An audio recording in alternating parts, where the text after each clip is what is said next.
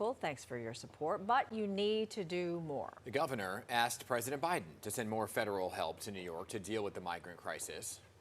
But the mayor says the state must do more to help the city. In a lengthy statement, he says there must be a statewide response. The mayor said he wants the governor to ask the federal government to declare a state of emergency. He wants her to prevent counties from issuing orders that block housing migrants.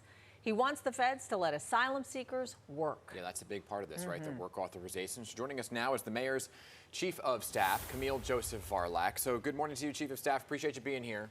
Good morning. Thanks for having me. Of course. So let's begin first and foremost with the conversations that have been going on with the governor, right? We just laid it all out on the asks. What's the response from the governor? Any movement on those asks?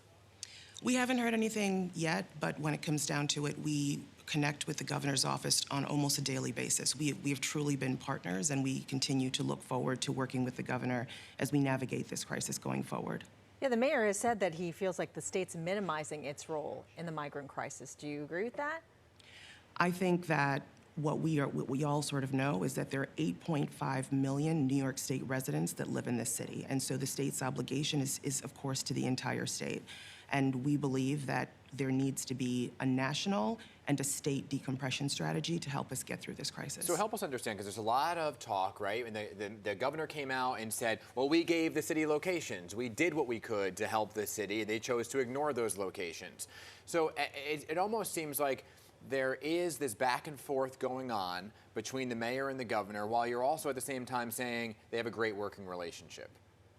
So, you know, I always liken it to the relationship that I have with my sister. We get along most of the time, but there are moments where we disagree. And so when it comes down to it, there are lots of points of connectivity between what we are doing and what the governor is working with us to do, but we need more. We have looked at over 3,000 sites. Many of the sites that the governor sent to us, some of them we've been able to use, and some of them have not been appropriate for sheltering families. And so we continue to work with her to navigate through the crisis. I mean, both the mayor, the governor are asking for federal help. What has been the conversations there with the Biden administration? And will the president ever come here and look what actually is going on firsthand to see what the situation is? We would welcome President Biden coming to New York City so that he can see the incredible work that has been going on here with New York City workers, as well as our nonprofit and faith-based partners. We have had multiple conversations with the White House where we've asked for the same things: work authorization, additional sites, a federal declaration to make it easier for us to get supplies, as well as access to federal locations, and of course, we want national policy changes, right? Immigration is an incredibly challenging issue, but we fundamentally need policy changes as well as a national decompression strategy. So these are all the things that we've discussed, right? We know that this is what your asks are. So in the meantime, in the interim, what's new? And that is the legal things and proceedings now around right to shelter. Are they willing, the judge, to put a halt to right to shelter for the time being? And what does that look like? So I'm an attorney, but I don't represent New York City in this particular piece of litigation, and I certainly can't speak on behalf of the court. What I can say is this: the right to shelter that emanates from the Callahan Doctrine is something that came about in the 1980s, and it certainly did not contemplate that we would have over 104,000 asylum seekers coming into New York City over the course of a year.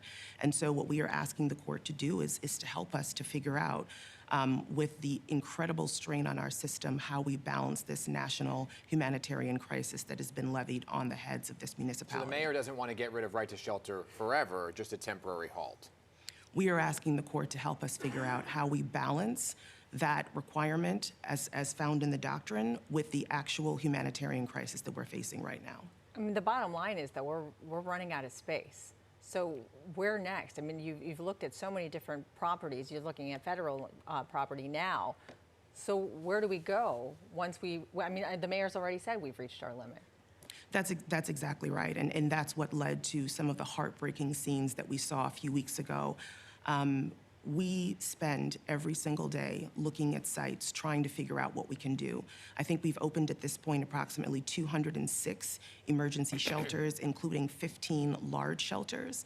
And that's why we continue to say that we need a state and a national decompression strategy because New York City does not have more room. So Ms. Varlack, then you have the legal proceedings for the right to shelter, right? And we had Deputy Mayor Isom on, I think it was 2 weeks ago, where she said there was a possibility of a potential court hearing to halt migrants from arriving altogether in New York City. Is that on the table? Is that moving forward?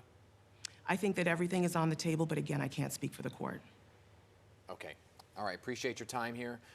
Camille Joseph Varlack, Chief of Staff for Mayor Eric Adams. Thank you for explaining the situation to us. I know it's a difficult one. Thank you. Appreciate it. All right, the time right now is 7:52.